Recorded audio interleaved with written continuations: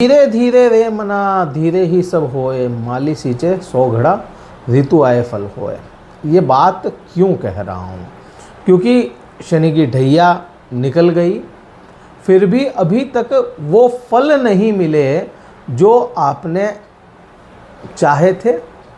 हाँ, फ्रस्ट्रेशन होती है जब आप जो चीज़ें चाहते हैं और नहीं मिलती, लेकिन समय से पहले तो वो चीज़ें नहीं मिलेगी, और समय पे भी तब मिलेगी जब आज का समय आप सही रख लेंगे।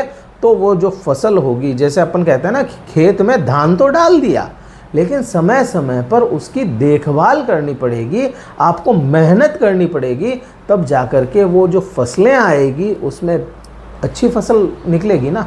बात वही है कि समय अभी वैसा नहीं हुआ, लेकिन हाँ, कुछ ग्रह ऐसे भी होते हैं जो उन फसलों में कीड़ा डालने का काम भी कर देते हैं।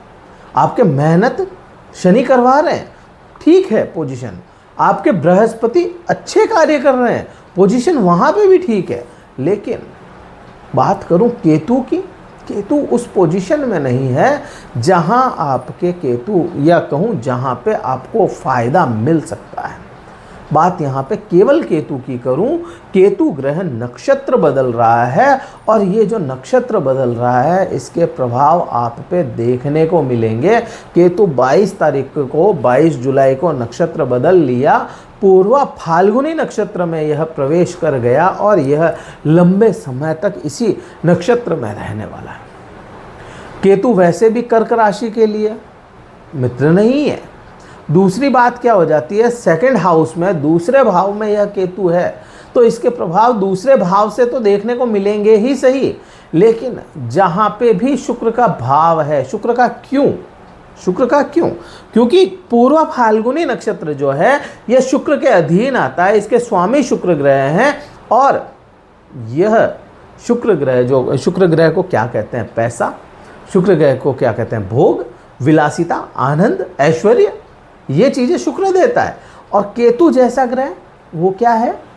आध्यात्म, योग, चीज़ों को डिटैच करना, सूक्ष्मता, सूक्ष्म से भी अगर कोई सूक्ष्म है तो वो केतु है।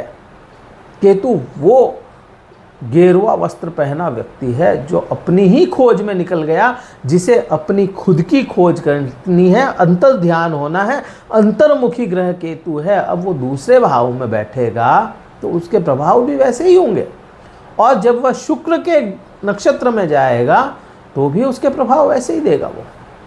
अब क्लैशेस तो यहाँ पे शुक्र और केतु के कहीं ना कहीं बन जाते हैं। दूसरा, यह और कहाँ पे भी प्रभाव लाएगा, या मैं कहूँ कि क्या पूर्व फाल्गुनी नक्षत्र के एट्रीब्यूट्स क्या हैं? पूर्व फाल्गुनी नक्षत्र जो है उसका जो सिंबल जो है ना, सिंबल भी उसका क्या है? खटिया, जो पलंग होता है, बेड जो होता है, जिसको अपन खाट बोलते हैं, ये उसका सिंबल है पूर्व फाल्गुनी नक्षत्र का। और ये सिंबल खुद क्या दर्शाता है अपने आप में? ये सिंबल भी ऐश्वर्य को दर्शाता है, ये सिंबल भी आपके आराम को दर्शाता है, भोग विलासिता को दर्शाता है, आपके संसर्ग को दर्शाता है, ऐश्वर्य को दर्शाता है। ये सिंबल भी वैसा ही है ना। अब यौगिक ग्रह यहाँ पे प्रभाव क्या लाएगा? डिटैच करेगा चीज़ों को, धन एकत्रित नहीं होने देगा दूसरे भाव में आपके साथ में। हाँ, आप यहाँ से आपका राहु जो है यह विदेशों तक कनेक्ट कर देगा आपको, लेकिन जो धन कमाने की क्षमताएं हैं वो भी यहाँ पे राहु दे देगा। सब चीज़ें सही है, लेकिन धन को रोकोगे कहाँ पे? वो तो केतु के भाव में है ना, तो धन को इकट्ठा ना होने दे, सबसे बड़ी बात। दूसरा, आपका कॉन्वर्जेशन जो है लोगों के साथ में, उसको होल्ड पे डालने का काम ये करेगा, उसको रोकने का काम करेगा। आपकी वाणी को कहीं ना कहीं थोड़ा ही सही लेकिन दूषित करने का काम ये केतु कर सकता है। प्रभाव बनते हैं इसके पूरे। यहाँ से आपको अपने परिवार से, अपने कुटुंब से आपको यह दूर करता हुआ नजर आएगा। केतु का काम ही यही है, अकेलापन है, ये एकाकी है, विद्रोही है, विरक्ति देता है, तो कुटुंब से विरक्त करने का भी कार्य करता है। हाँ, यहाँ पे प्लस पॉइंट क्या हो सकता है? प्लस पॉइंट की अगर बात करो, क्योंकि राहु जो है 12वें भाव को देख रहा है, तो राहु विदेश तक लेकर के जा सकता है। तो अपने को ये समझ में आता है कि कुटुंब से दूर जा रहे हो, कुछ ना कुछ अच्छे के लिए हो रहा है। ये प्लस पॉइंट अपने को जरूर देखने को मिल जाता है। आप अपनी यात्राओं पे जा रहे हो, वो प्लस पॉइंट अपने को समझ में आता है। आप पढ़ाई के लिए बाहर जा रहे हो, वो प्लस पॉइंट समझ में आता है। ये चीज़ें तो राहु आपके लिए ठीक करता हुआ नजर आता है। अब यहाँ पे प्रभाव और कहाँ पे होंगे? केतु की, राहु की और बृहस्पति की एक समान दृष्टियाँ होती है। प्रभाव अलग होंगे क्योंकि ग्रह अलग है, लेकिन देखने का जो तरीका है, या कहूँ इनकी जो परछाइयाँ हैं, इनकी रश्मियाँ जो है 5वीं, 7वीं और 9वें भाव पे अपने जिस स्थान पे बैठे हैं वहाँ से जाती है। अब केतु की 5वीं परछाई, 5वां एस्पेक्ट कहाँ जाएगा? 5वीं नज़र यहाँ पे जाएगी, 6ठे भाव पे। और यहीं पे किस ग्रह की? आपके खुद के भाग्येश बृहस्पति ग्रह 12वें भाव में बैठे हैं अभी मिथुन राशि में, उसका भी यहीं पे है। तो अपने को क्या समझ में आता है? रोग, ऋण, शत्रु, इनसे बचाव तो करेंगे बृहस्पति, और उनसे दूर विरक्त करने का काम कौन करेगा? केतु करेगा। उनसे विरक्त हो जाओगे, अपने रोग से विरक्त रहोगे। अपना मीन्स रोग होगा ही नहीं, हुआ तो वो दूर चला जाएगा आपसे, रोग खत्म हो जाए, ये चीज़ बनती है। ऋण वो विरक्त कराएगा, ऋण दूर हो जाए, खत्म हो जाए, या लेना ही ना पड़े, ये चीज़ भी बनती है। शत्रु भी सेम यही चीज़ें बनती है। ठीक है, तो ये चीज़ें यहाँ पे बनती है। हाँ, यहाँ पे एक चीज़ थोड़ा सा मुझे समझ में क्या आता है, जब राहु बृहस्पति ग्रह जब बृहस्पति ग्रह अपनी उच्चतम अवस्था में जाएंगे, आपकी खुद की राशि में जाएंगे कुछ समय के लिए, या अक्टूबर महीने से लेकर के दिसंबर तक जा रहे हैं, 18 अक्टूबर से, ठीक है, दिसंबर प्रथम सप्ताह तक रहेंगे। तो उस समय आपको है ना जॉब में प्रॉब्लम्स आ सकती है। उस समय में ये केतु प्रॉब्लम जॉब में कर सकता है, उसके अलावा बड़ी प्रॉब्लम्स अपने को नहीं दिखती। ठीक है, यहाँ पे ये चीज़ें तो बने जाती है। अब इसी भाव पे है ना शनिदेव की भी दृष्टि है। शनि की जब आप 10वीं दृष्टि देखते हो, 7, 8, 9 और 10, 10वीं दृष्टि यहीं पे बनती है। अब 10वीं दृष्टि में शनि क्या चाहता है, या शनि की कहीं पे भी दृष्टि है तो वो क्या चाहता है? मेहनत और समर्पण। तो सेवा से समर्पित हो जाएं। आप अपनी जॉब में मेहनत कर रहे हैं तो इस केतु के बुरे असर आपको देखने को नहीं मिलेंगे। यहाँ पे मीन्स जॉब से डिटैचमेंट नहीं लाएगा। ये चीज़ें क्लियर हो गई।